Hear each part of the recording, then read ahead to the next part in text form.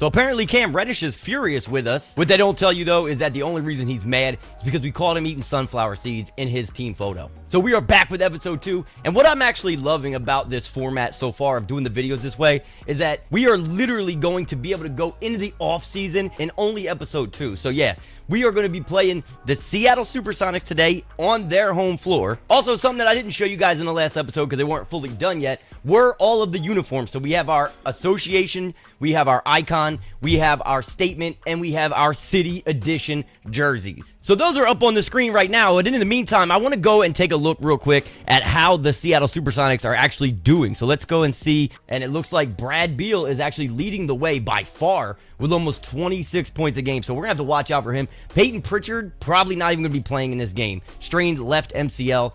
Looks like he will be out. I would be surprised if they play him. And even if they do play him, he's not going to be much of a threat. Grant Williams actually having a decent year, to be honest with you. Simon Fontecchio, Harrison Barnes, Rudy Gobert, all these guys at, in double figures. We should be fine, man. We should be fine. This is a winnable game. I mean, it's 100% a winnable game. What is their record on they're 33-47, so they're actually not doing bad at all. They're not in the running for a playoffs or a play-in spot anymore, but nonetheless, still not a bad season for their first year, or technically, I guess you could say, their first year back in the NBA.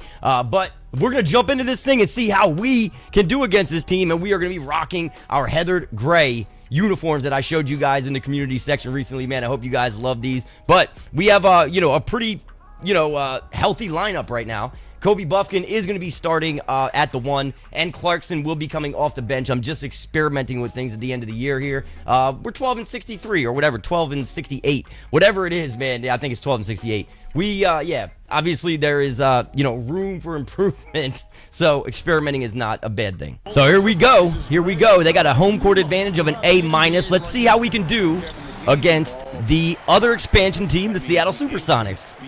And one thing we definitely need to look at in the offseason, whether it be in the draft or otherwise, is playmaking on this team. We need playmaking on this team. That is horrible defense, but they don't take advantage of it. Let's go. I mean, honestly, we also need three-point shooting. We need a lot of things as Kyle Anderson hits a little mid-range. We need a lot of things. But, when you're putting together a patchwork of players that other teams don't want, or they have bad contracts or whatever case may be, I mean, obviously, it's not going to be always easy. Come on, Kobe Buffkin, man. We can't get anything. I just can't get anything. Can Walker hit that? He cannot. All right, slightly late. Got to get these guys' I was practicing a little bit with them as far as their shots are concerned. Get that out of here. No way. Please get on Gobert. Okay. Another thing, too, let me know how you guys like the court and everything. We're at Climate Pledge Arena. So, realistic, obviously. We're going to try to run that same play again, and we're going to get fouled. But like I was saying, man, speaking of the courts, they also updated NBA 2K25 this year for the PC to be like the next-gen version. And I am all for that. You guys know that this channel was built on the PC version of the game with the mods and everything. Oh, that's early. Still hit it, though. But we are going to be going back to that. I already bought the game. Cannot wait to start doing all the mods. I just got to figure it out. Shout out to my boy TG So Good as well. The goods, man. He is he's such a huge help when it comes to that type of stuff. One of the pioneers of that community as we hit the second with Buffkin. Another thing, too, microphone probably sounds a little bit better, but it is not the SM7B yet because I haven't had it gotten it all set up. But I do have the audio interface set up, the M-Track audio set up already as Gobert just bangs on us. All right, let's see what we can get going here. I got to get something. All right, bub, let's go. What can you do, bub? That's a errant shot by me. Shouldn't have taken it. I got cocky. Where is the defensive? That's decent help, but that's Bradley Beal. And we're down 8-2. I love to hear Kevin Harlan say Wildcats. I feel like I look like I suck. I promise you to any of you that are new, I don't. I guess I just suck with a bad team. That's what. What was that, bro? I tried to literally lead past him, and I don't know what it did right there. It's all right. We're not worried. We are not worried. I was told that defense was supposed to be, so I was told I was supposed to be rewarded for playing good defense this year. That's not happening. Come on, Bub. There we go. That's what we needed. We needed to get on the board with that. Bub has been a very good rookie, I must say. Despite the fact that I don't think that he can really play, play the point for us, he has been fantastic otherwise, like off ball. Please, Jalen Smith. Jalen Smith cannot guard Rudy Gobert. He just can't do it. And I might need to change some things up here. And that screen. Beautifully done. Beautifully done, Paul Reed. Getting on the board. Brought him in for his defense. He's getting it done on the offensive end for us as well. Should I put Buffkin up? Again, we have a patchwork team right now, so I shouldn't really be talking as if, we should be doing well. We really shouldn't.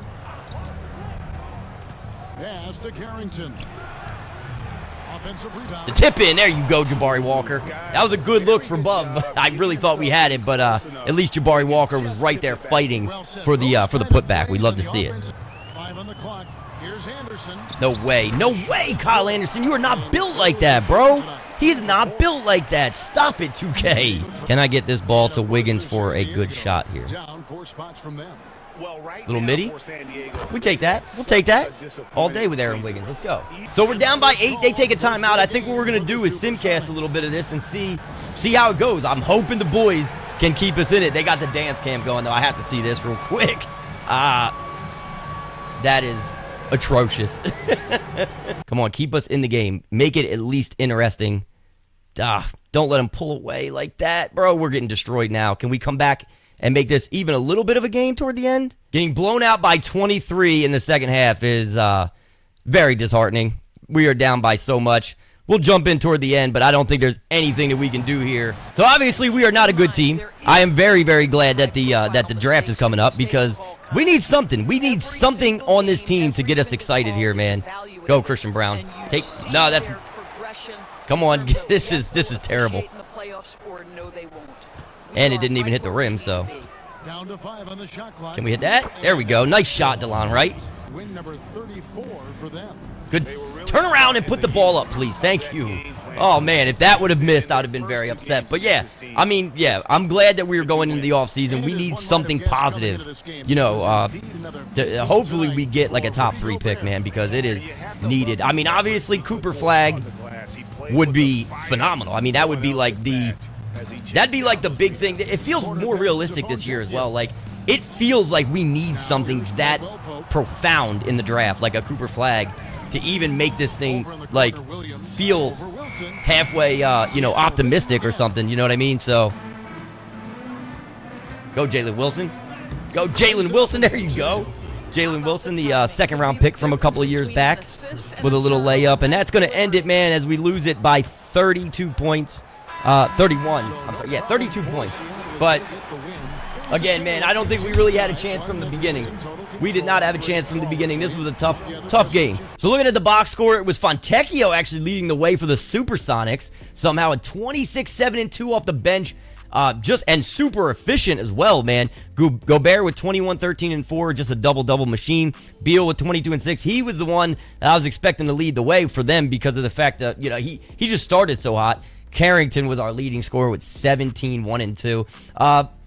Not very efficient, but not horrible. But Wiggins was pretty bad. Bad shooting night for Wiggins. Same with pretty much everybody. I mean, we didn't play well, man. We shot terrible from 3, 5 for 22. Just a bad game all the way around. But again, these are the growing pains. These are the growing pains of being an expansion team. I'm actually glad that it is this terrible because this makes me realize that we need something extreme to happen. I'm going to simcast this game. I'm going to simcast it. We're going to see what happens here. Let's just see what happens. If it's close at the end, I'll jump in. It's probably not going to be, though. It's probably not. I highly doubt it. We're at home, too.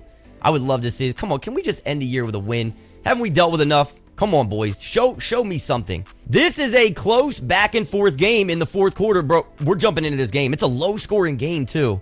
We're jumping in. We're jumping in. With 5 minutes left, maybe? Let's jump in now. 3-point game with 4:20 left. Let's do it. Let's run something here. Run something. In the screen. Outside Walker from the arc. There you go. Bro, the fact that you can hit a full white this year, that is so awesome. Like, on Hall of Fame in the past, you were not hitting anything if it wasn't a green release. I mean, you just weren't hitting it. They got Daniel Gafford on the squad now. Okay, okay. Did not know that. Curry's not missing that.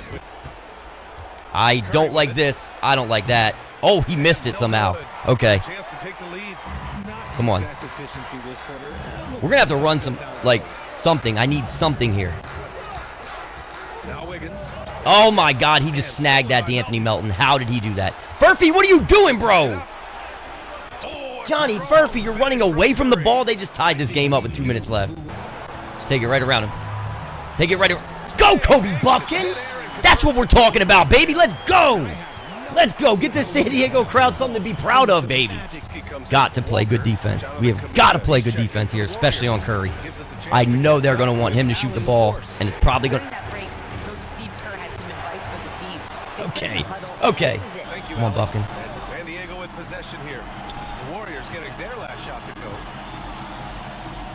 Go, Kobe. Go, Kobe. There we go, man. Steph Curry can't stay with Kobe Buffkin right now, and I'm going to abuse it. If they're going to abuse that with me, neither guy is playing good defense. He's got a B- perimeter defense. I'm not terribly familiar with Kobe Buffkin's game in real life, but that is just crazy. That is great. Like, it actually pushed me, physically pushed me out of the way in game. Backing down. Oh no! No, no, no. They're gonna be able to take the last shot here too. This is not good. Get on Moses Moody, please. Back to Curry. To take the lead. No way. I'm all over it. Timeout. Timeout. Timeout. Timeout. We take the last shot, baby. We take the last shot. Here we go. Here's Buffkin over Curry. Oh, we're going to OT. That was not what I wanted to do at all, man. I should have just called for a screen. That was not at all what I wanted to do, but going to OT against the Warriors. Let's see if we can beat them in overtime. Come on, Bob. No, that's Andrew Wiggins wide open there. Okay, come on, please. That is a lot of movement right there. Here's Carrington. He's guarded by Gafford. And one. What a move by Bob Carrington. Let's go. Let's go. And he is hype. Bro, we took Daniel Gafford and said, hey, look. Catch me if you can, son. Need that. Need that, baby. Let's go. 23-5-2 for Bub. Love to hear this crowd. This is the first time I've heard San Diego's crowd hype. No way. That is great defense. Let's go. Slow it down. We don't got to rush anything here. We do not have to rush anything. Pass to Carrington. Right outside. Got Daniel Gafford on a guard again. Here's Carrington. 6 to shoot. Here's Furphy. Oh. Offline with a 3. Jesus, I like man, oh man. I played that totally wrong. Threes during this overtime period. Here's Curry. No way he hits. That was a real Steph Curry type of shot. Under a minute, we're down 1. I am so rusty at 2K right now. It's not even funny. Here's Carrington. He's covered by Curry. And here's Wright from the arc. Let's go, DeLon Wright. Oh man. Whew. That's what we needed right there. I didn't see the little cutscene thing, which I thought I turned off before. I thought maybe the release was bad, but let's go. No threes, baby. No threes. Be on Steph Curry. It is nice to hear this crowd so pumped up. Don't give him any room. Puts up a 3. Oh, bangs home the 3. It is fantastic. Okay, man. Okay. I don't know why DeLon Wright just fell past him like that. That was insanity. Here we go. That we're going to live and die by Carrington here, because why not, right? I mean, why not? Here's Carrington. Oh my! Let's go! Let's go! Bob Carrington with the 3! Oh my God, it wasn't a buzzer beater. Oh, it wasn't a buzzer beater, but that's not enough time to catch and shoot, I don't think. Is that enough time to catch and shoot? Please, I don't want Curry to have the time to catch and shoot here. I just want one win at the end of the season here. Watch Steph Curry. Do not let Steph beat us. We're up by 2. They need a 3. They could win it. Gone from downtown. What a shot. But they may take a second look at it. Need to look at the replay. So the basket may count after all. We'll see. No guarantee this outcome is going to remain the No same. way. No way, bro. Sorry, I hit the microphone. There's no way. There is no way he got that off. Please. And the final ruling has been made. Let's The go! call was correct. We end the season with a dub in San Diego. Let's get it. Oh, man, you love to see that. Carlton Carrington with a enormous 3. It should have been a buzzer beater, to be honest. And look at the boys, man. Look at Furphy. Look at Aaron Wiggins. Everybody was hype. The whole crowd, man. That's fun. So we were historically bad. That was only our 3rd win since the All-Star break, but now that catapults us straight into the awards. As you can see, Luka Doncic winning MVP with 36.2 points per game, 11 rebounds. I'm sorry, almost 12 rebounds, 8.5 assists. It's just crazy. Taking a look at Risa Sher as Rookie of the Year. Very good numbers. I would have loved to have seen, one of our guys, but, it is what it is. We'll probably get most improved, I'm hoping. Lonzo as 6th man of the year had a pretty good year, man. 36% from 3 isn't terrible. AD Defensive Player of the Year. The fact that Wemby did not win this is this is an anomaly, okay? I want you guys to remember this video. This may be the only time in this cycle you see something like this. Most improved, Jalen Smith. There we go. You know what? Not who I was expecting it to be, but I think he was actually leading for it when we checked. So I should have been expecting this, actually. Jalen Smith, almost 11 a game, almost 9 rebounds, over an assist per game, and 1.2 blocks per game. He does have a future with this team, though. Cade Cunningham, Clutch Player of the Year. Great numbers for him as well. He is finally blossoming into that talent that I think all of us thought that he would be coming out of Oklahoma State. Jason Kidd gets Coach of the Year, 57 and 25. I believe that was the best record in the NBA. But, man, look at that. They got a 99 offense, 93 defense. That's a good team over there in Dallas. And then, of course, Exec of the Year. Actually, that goes to Golden State, who we just beat. I forgot all about the fact that they are like one of the best teams, if not the best team in the West, bro. Taking a look at All-NBA first team, you got Luka, Halliburton, Anthony Davis, LeBron, and Cade Cunningham. All-NBA second is LaMelo, Bam, Paolo, Steph Curry, and Kyrie Irving. And then All-NBA third, you got Zion, Şengün, Jimmy Butler, Scotty Barnes, who has a broken right ankle, and Amen Thompson. I don't know what kind of implications that has. I don't remember if Toronto is a playoff team or not, but all defensive first. AD, Gobert, Bam, Claxton, and Isaac. Where is Wemby? What happened here? Where is Victor Wembanyama? What is going on? Is he injured? Did he had to have been injured and not eligible or something? Walker Kessler, Daniel Gafford, Mark Williams, Clint Capella, and LeBron James for all. Then all rookie first. Risa Sher, Carrington, Furphy, Jones, and Reed Shepard. Love to see the 2 Wildcats on there. And then Filipowski, Walter, Terrence Shannon, and Carlo Matkovic. Over in the West, the play-in is going to be San Antonio, Sacramento, the Clippers, and the Pelicans. And then over in the East, it's going to be Boston, Chicago, Orlando, and Philly. The number 1 seed is literally the Hawks, man. It looks like that Risa Sher pick is paying dividends already. The Knicks at 2, Indiana at 3, Cleveland at 4, Miami at 5, Detroit at 6. And then over in the West, it's Dallas at 1, Golden State at 2, Denver at 3, OKC at 4, Phoenix at 5, Minnesota at 6. Let's take a look at Wemby real quick, though. What is this? What is this, bro?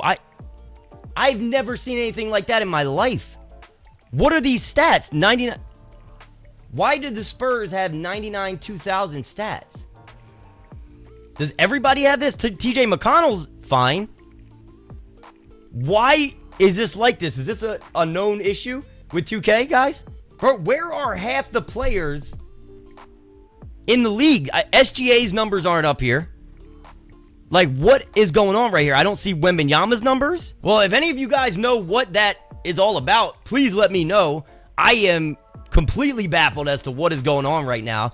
There's a ton of dudes that don't even have statistics. Well, that explains why Wembanyama was not Defensive Player of the Year. I'm sure he probably deserved it, though, with the way he played. But let's get through the playoffs. I mean, I don't know. If you guys, let me know in the comments what that's all about. I don't know what that is. So, simming the play-in tournament, San Antonio lost both games. Let's take a look at the box score between them and the Clippers. It looks like Kawhi, Harden, and Kevin Porter Jr. putting up good numbers. But Wemby, yeah, I don't know what that is, boys. Like, somebody's got to tell me, man. I'm losing my voice. That's how baffled I am right now. So in the West, it was the Clippers and the Kings making their way into the play-in, and then in the East, it would be Chicago and Boston making it in. Let's take a look at this, man. These two teams always have crazy games. Brown, Porzingis, and Tatum putting up great numbers in this one. Embiid did his best, man. Maxey must be injured. That's tough. That's really tough, man. So Boston knocks off the 1-seeded Atlanta Hawks to go up against Miami in the second round. It'll be the Knicks versus the Pacers, and then it'll be the Thunder versus the Clippers in the West, and the Timberwolves versus the Kings in the West. The Kings swept the 2-seeded Golden State Warriors. Maybe losing us at the end of the season made their confidence waver a little bit. I don't know, but let's see how this who's going into the Eastern and Western Conference Finals, respectively. So over in the East, it was Miami beating the Celtics in 6, and it was the Knicks beating the Pacers in 5. They get their revenge. And then over in the West, it was the Thunder beating the Clippers in 7. That would be crazy. And then the Timberwolves beating the Kings in 6. So here we go. Let's see who's going to the finals. It looks like Karl Anthony Towns is going to win the Western Conference Finals MVP, and Julius Randle winning Eastern Conference Finals MVP. It's the Knicks versus the Timberwolves. Both series going to a Game 7. The Timberwolves versus the Thunder and the Knicks versus the Heat. Both going to Game 7. That is absolutely crazy. Just want to take a look at the closeout game for both. Holmgren, a nice double-double. SGA, man, I don't know where his stats are. His playoff stats are there, but yeah, either way, man, SGA did not show up for this closeout game, but Naz Reid with 34, 7, and 1. Wow, where's Ant-Man? Yeah, neither of the two superstars showed up for this one, but the Timberwolves get the better of them with 50 points in the third quarter. Is crazy. And then the Knicks, man, my New York Knicks in the finals somehow. Brunson and DiVincenzo and Randall all doing work in this one. Jimmy Butler and Rozier couldn't get it done. They didn't really get... Where's Tyler Hero? I guess he's injured as well, man. A lot of injuries this year.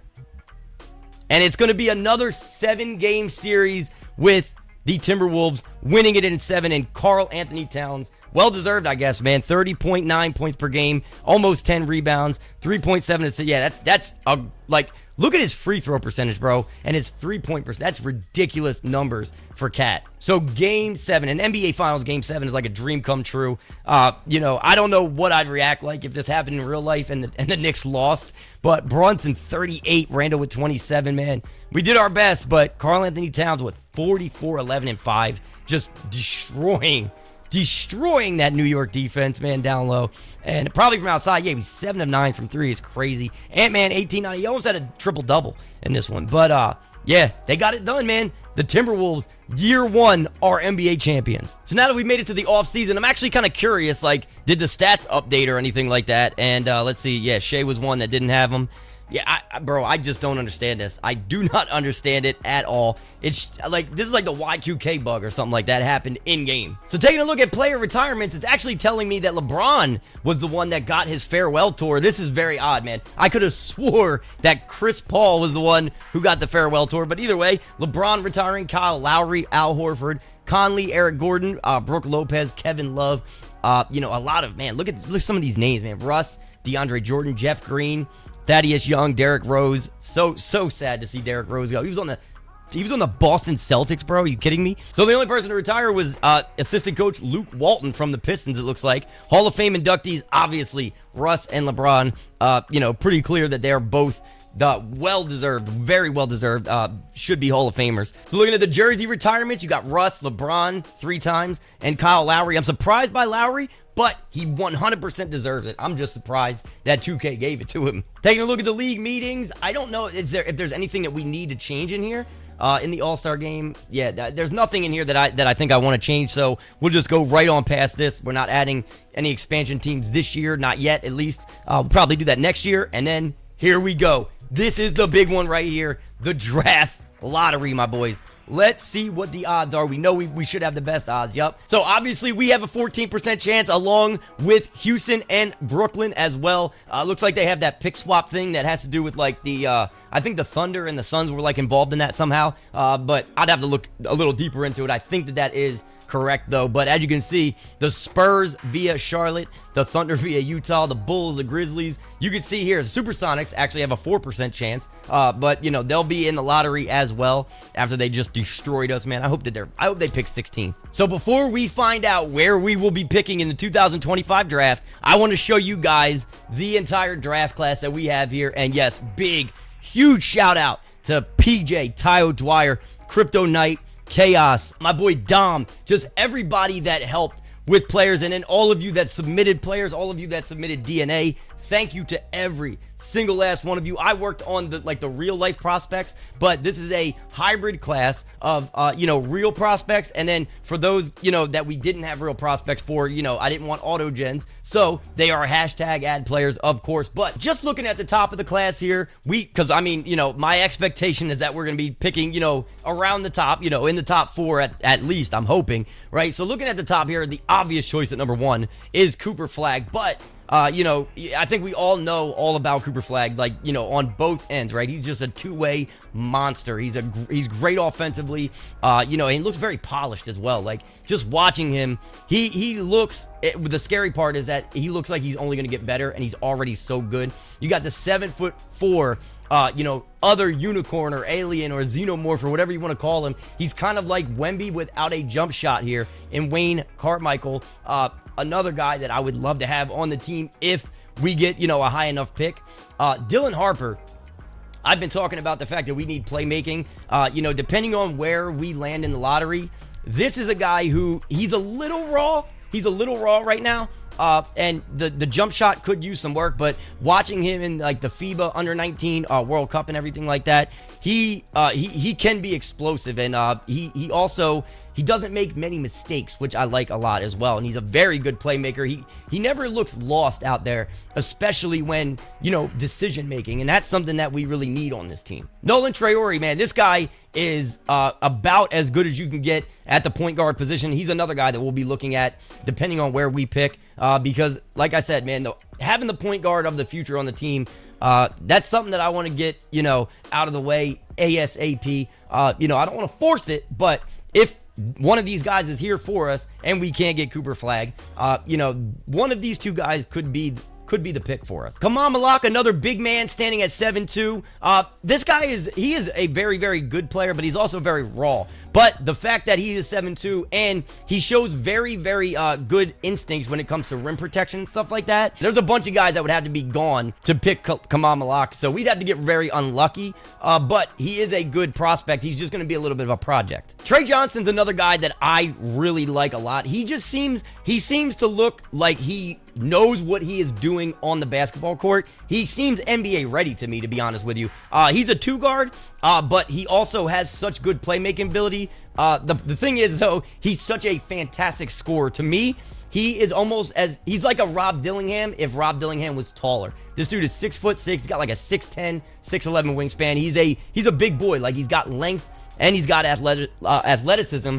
Very quick first step for this guy. I feel like anything outside of Ace, though, I'm getting to the point where I don't think we'll be picking this low. But Liam McNeely is a guy who, he could just flat out shoot the ball. And at 6'7", he's got good length. He's got such a smooth release on his jump shot as well. Again, looks very NBA ready.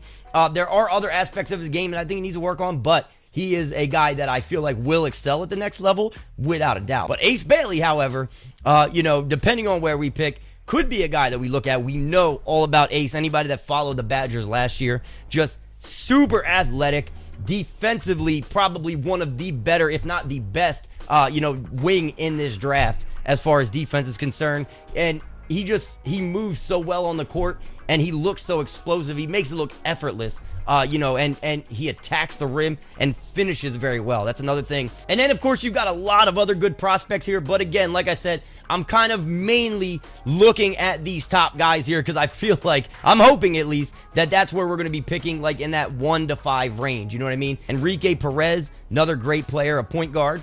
Noah Westbrook, who is very athletic from what I'm told. Jacob Towns Jr., Kyle Kerr. There's some very, very good players here. But again, these are... VJ Edgecombe is another guy who I like a lot. He's a big-bodied guard who just has good... He's got very good mechanics, very good footwork.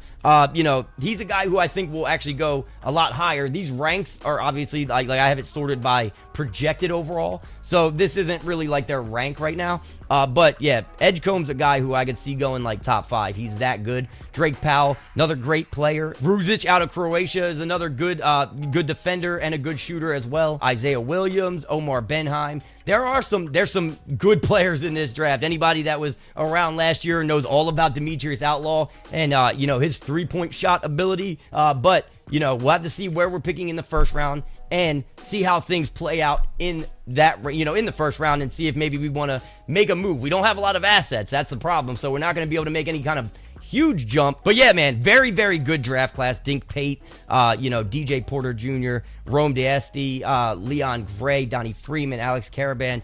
There's just a lot of good players in this draft. A lot better than it was for the 2024 draft. So we will have a lot to choose from. All right, no more stalling. It is time to see where we're going to be picking in the 2025 draft. Let's get it. We'll jump into it. I'll kind of speed through this a little bit. But the last thing we want to see is anybody at the back of the draft here jumping way up in the draft. As you can see, Spurs at 16. Got Orlando at 15. No surprises yet. It's supposed to be Toronto. It is Toronto. There we go. No surprises yet, and that bodes well for us. We don't want too many surprises in the back half of the lottery here. Let's see. Yep. All right. That goes to the Pelicans at number 11. The Hawks, who are just the number 1 seed, and that goes to Seattle. Seattle was projected to have the 9th overall pick. Bro, if the Hawks just jumped up into the top 4 after being the number 1 seed, and now the Wizards too, bro, this is not good. Who is it? Brooklyn. Oh my God. So now 3 teams have jumped up into the top 4. That means that we are going to be, we're going to be outside of the top 4 if this happens again. All right. The Rockets at 6. They're going to predict us at like 4 or 5, I think, probably, aren't they? I just see it. Yeah. See, look. We got the 5th pick, bro. Who are we? The Pistons? Come on, man. Washington gets number 4. Who's going to win the Cooper Flag sweepstakes? That is the question. Let's see what we get. Do they get it again? No, okay, they get number 2. That means that Charlotte is going to couple Cooper Flag with LaMelo Ball. That is crazy. There you have it. We picked 5th. All right, we're going to have to make it work. We are going to have to make it work, though. I think we'll be able to get somebody that we like. Obviously, like I said, we want playmaking. I was hoping maybe for like Cooper Flag or Ace Bailey or something like that. You know that the team with number 1 is not going to trade it because it's Cooper Flag, right? But could we get maybe like a Dylan Harper? Could we get maybe a Nolan Traore? We'll have to see how it all pans out. But what I'm going to do is I'm going to end the episode here so that the next episode, we will get straight through the entire NBA draft. We'll go through like the combine and stuff like that in the beginning, to start off. And then we'll also get through free agency and all that stuff. So yeah, man, I need you guys to let me know though, what should we do at number 5? Looking at the mock drafts, I think that they update, right? They should. Yeah, they update. So they're projecting that we will get Nolan Traore. I wouldn't be mad at that, but I think that I may rather have Dylan Harper, to be honest with you. It's so tough. They actually have Ace going over. There's no way Charlotte takes Ace Bailey over Cooper Flag. There's just no way that happens. But hey, look, I'm not going to be mad about the 5th overall pick. We were the worst team in the league, and we did really need, a big name like a Cooper Flag would have been great. But, it can't always happen. But we will get somebody good. I feel like we'll get someone that will be impactful for this team. We'll just have to see how it all, plays out on draft night. And, should we make some moves? That's another thing.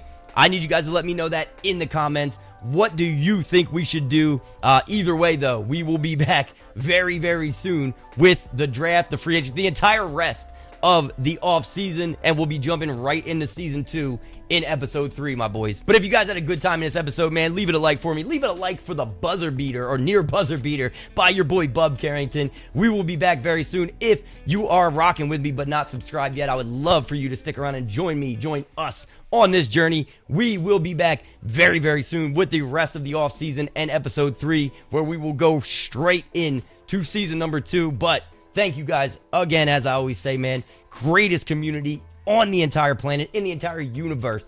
Cannot tell you guys how much I appreciate all of the love and support. And by the way, if you guys know what the deal is with that glitch with the statistics, let me know. But again, as always, man, we'll be back very soon, and I'll catch you boys in the next one.